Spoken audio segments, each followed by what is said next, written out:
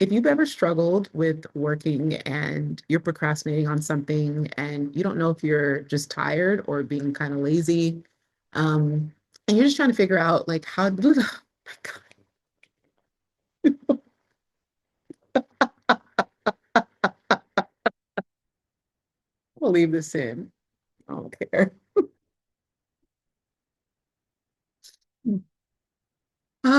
It is 3 a.m., y'all. Your girl is pushing, fighting for her life to get this video up today. It'll be, by the time it's up, it'll be like 10 p.m. Eastern time. So I'm going off of East Coast time. All right, let's try this again. If you've ever struggled to work and you're wondering if you're procrastinating or just tired, let's chat about when to know whether to push through or to let yourself rest. And this question was actually recommended by someone in our broadcast channel, the Serial Storytellers, Katie Mead. That's Meead. When to listen to your energy levels versus push. And the reason I literally chose this topic is because I am in a season. I am currently in the state where I am pushing when my energy is telling me to go to bed. Not only did I have 6 hours plus of coaching, pouring, strategizing, brainstorming on other people's businesses, but still made some time to do some light editing on a video and to show up here, and I still want to have some level of coherence and make, some type of sense while I'm talking on here. And because I made this a public commitment, there is no alternative when it comes to my integrity. And the way that my integrity is set up is that I will rather struggle pursuing something that I've committed to than opting for a nap. Well, I did take a nap, I was awake the whole time, but I laid on the couch before I filmed this video. That's why I'm still in my robe. I literally was like, I'm very comfortable. So the compromise is that I'm going to maintain this comfort and coziness while I'm recording the video. And what I'm appreciating, like whether it's with clients or emails or DMs or messages or comments on social media, like people are tuning in daily and they're like, oh, what you said yesterday, here's how I applied it. Like it's so cool to feel like I'm like coaching people individually at scale. Like it's really fun. And I think the coolest part will be to look back like a year from now to see the views rack up and see that like this now becomes an asset for my personal brand and business indefinitely. So in this moment, it's a grind, it's a push. It is, whew, it is everything that you're seeing. And yet, because I love this stuff, because I'm committed to the process, because I'm a student leader, I show myself doing the work more than teaching the work. It's important for me to show up. But story time. So I've already shared multiple times about how many of my most profitable products happened in very short spurts of momentous pushes. And whether it was the over 500K that came from a $27 product that was written in 48 hours, no sleep, no eating, no showering, very transparent here. I just was glued to my laptop and like I was just drinking water and coffee, like going back and forth from the coffee machine. And I was just in this, it feels like it was just divine flow. Like the risk of cutting off this energetic download that would just not, every page bled onto the next. And I had so many ideas, and it just, I'm sure my eyeballs were red. I'm sure I was delirious. I'm sure I hallucinated half of those pages. And even before I published it the next day, I did proofread everything, but still knowing that it felt like such a beautiful piece of like I don't know. The story of its creation, like the most, I think, fulfilling part isn't the fact that it earned $500,000. It's the fact that my brain processed and downloaded and delivered so many ideas in a cohesive way in 2 days. Like that, I have never seen that done before. And prior to having done it myself, I would have never coached someone to say, "Oh yeah, You can do that in 2 days. Or, oh yeah, here's what you can do. Or, oh yeah, I can only coach what I've done. I'm a coach. I don't teach from theory and practice. I teach from experience. And because my experience is based on like very unique, almost like guerrilla marketing, hands on the ground, scrappy, fun, inventive, innovative, like I like to do things different. I had never heard of someone writing a book in 2 days. And if I led with that belief, I would have never pushed myself to do that. I did not know how long it would take me. If it took me 3 days, I think I would have kept going. But by the time I got to the final page, my goodness, the level of, oh, I would drink that feeling all day, every day. I'm sober, 3 years sober now, going on 3 years. I would drink up that feeling of elation, of pride, of glory. Like I did it, I did it. And I talked about I was living by myself, so no one could even witness me in this like flow state of freakishness. It was glorious. I would do anything to live that again. It's amazing. And so now when I tell people, oh, you can absolutely write an ebook in 7 days, it's no longer a matter of, well, hypothesis, I theoretically speaking, rhetorically speaking. No, you can because I've done it 3 times, 7 days or less. I've published an ebook. And it's not that I'm publishing crap. It's the fact that I don't cut off my flow state. Okay. So most of my products, all except one, I did a boho office style guide. I think that was $34. But all of my digital products have earned at least 6 figures. That in itself should be like a motivator to like, you just never know. I never write something saying, oh, this is gonna be a money maker. I'm just like, I have an idea. I hope it doesn't suck. And I think my audience will like it. That's that's the baseline. And I often say that excitement should be your metric to move. If you are excited about an idea, do not talk yourself out of it. Do not sleep. Like, don't sleep away the excitement. The excitement will be gone in the morning if you take a nap. So if you feel it, work on it, do it, go for it. But let's talk practical. Okay, lesson one, money follows momentum. And I think momentum also reduces the overthinking because if you're already in motion, you can't second guess yourself from like continuing. If I am like, oh, I think this is worthless, I think this is worthless, but I'm going to write anyway, by the third page, the idea of it being worthless is gone because it's been replaced by the act of me writing. Like, let your body fool your brain. Yeah. If your body is in motion doing the thing, your brain has no choice but to be like, we're figuring it out. We weren't an author a couple hours ago, but look at us. Let your brain catch up. So I like to just go for it and let my momentum dictate whether I should keep going or rest. But also, if you have high energy windows, I think mine have always been night. And if anyone's watching that's ADHD, you're probably also night. We are probably, we'll talk about overstimulation in a bit, but we do tend to be overstimulated during the day. So at the nighttime, when everyone else is sleeping and we feel like we're the only ones awake, there's something really empowering and calming about that. We feel like we can finally be still with our thoughts and ideas and do something with it. So figure out your high energy window and like really maximize that. I love slow mornings, and Stefan wakes up much earlier than me. Like, let's say if we're in bed by 10, he's up by 5:36. I'm yawning and opening my eyes at 7, 7:30. But I also like to let him have the whole living room to just like do his meditation. He has the hand pans, he plays it, like reads, like I give him the space and then I stay in the room and I'll do my Bible study from my phone.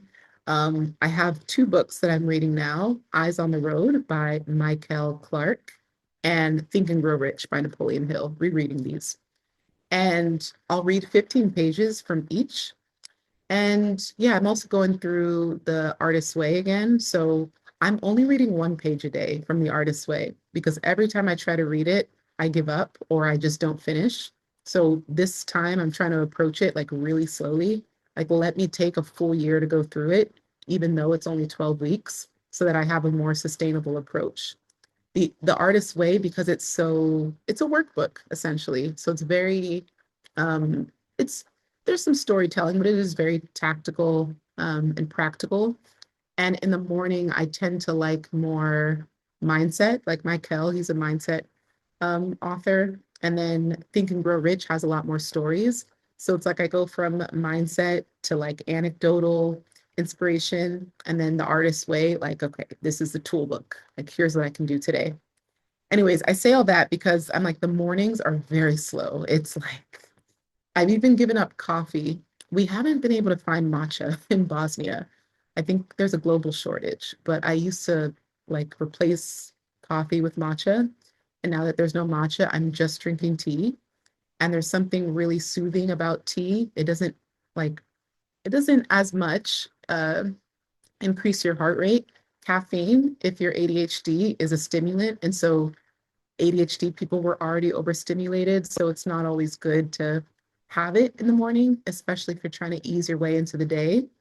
Then I'll go to walk to the gym to for a workout. But anyways, morning and afternoons are like creative inspiration. I'm taking in meaningful and mindful input.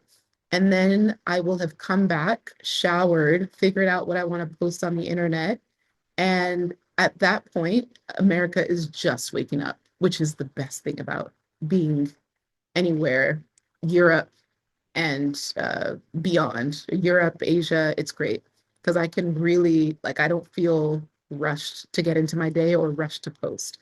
So this is 4 to 5 hours where I'm not even like really on social media.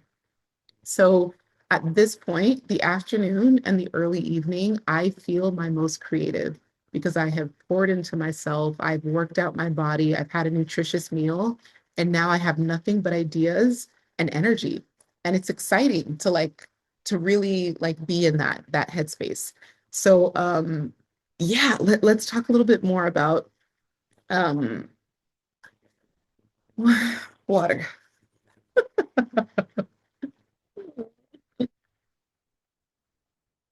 So your high energy window, find it, use it, and actually block it out. I think who was I talking to? They're like, okay, well, how do I make more money, but like I don't want to really have to work, or I don't want to have to like, do much. And I'm like, 99% of the population has your same predicament. We all would like to make more without really doing much more. And so you have to be honest with yourself in committing to a compromise or sacrifice. If that means like abandoning Netflix, if you got the creative reset, you know that one of the things that I tell you to do in the very first week is to literally unsubscribe, uninstall from your Netflix. And I did that as well. There are so many sitcoms that I feel like I just missed in my 20s that I'm starting to catch up on, and they have like 15 seasons. And so sometimes I'll find myself starting it and I almost feel my brain like warping, like melting. The act of consuming is so passive. Like it's so important that when you're actively working on something, all of your creative energy goes towards that, and it just kind of compounds on each other. So there's also a Google Chrome plugin called Momentum, which I love. There's a free version, but it's so good that I paid the $3 for the premium. And they basically there's a focus version where it shuts off all other apps and it tells you, like, what are you focusing on for the next, and you can set the Pomodoro window. I think I do 45 minutes. Like, what are you working on? This is the only task you can, do. If you try to open up a new window, it doesn't let you. It like blocks it. And it's great because sometimes I'll have like focus windows like that. And that also helps me lean into the momentum. And then in business, know that if you are in a season where you're like, no, my priority is money. Like, yes, I want to be rested, which yes, you should still be getting your 7 to 8 hours, 9 hours even. But you're like, I want to make more money by the end of the year. Like, I just need to make sure by the end of this year, I have another income stream. I am earning something, another 1,000 a month, another 10,000 a month. Like, I need it. If you are literally desiring it, then yes, like you will lean more into the push. Like, I will encourage you to push even when you're tired, because in business, the consistency of showing up is what's building the trust, and the trust is what equates to more sales. So before you even get into your product and all that kind of stuff, like building the consistency muscle. Now, on the complete other side, if you are ADHD, undiagnosed or otherwise, ADHD people, we actually require more rest than the average person. So there was one year, I think I averaged 11 hours a night of sleep. It was a good year, y'all. But it was the first year after I stopped traveling. And I think my body finally felt like, oh, you are capable of sleeping in the same bed. Like, imagine hotel beds, Airbnb beds, like constantly moving beds every so often. Like, it just, your body is like begging for familiarity. So yeah, I slept really good that year. And I didn't realize, like, I was just really overstimulated. And so when I finally got my own place, it was like, oh, this is what actual rest is. This is nice. And when you're constantly overstimulated, understand that you're burning energy a lot faster. Like, recovery must be intentional, because if you are going through your day, you're swiping, you're scrolling, you're just, there's music, there's a podcast, there's TV, there's all of this information dumping on your brain.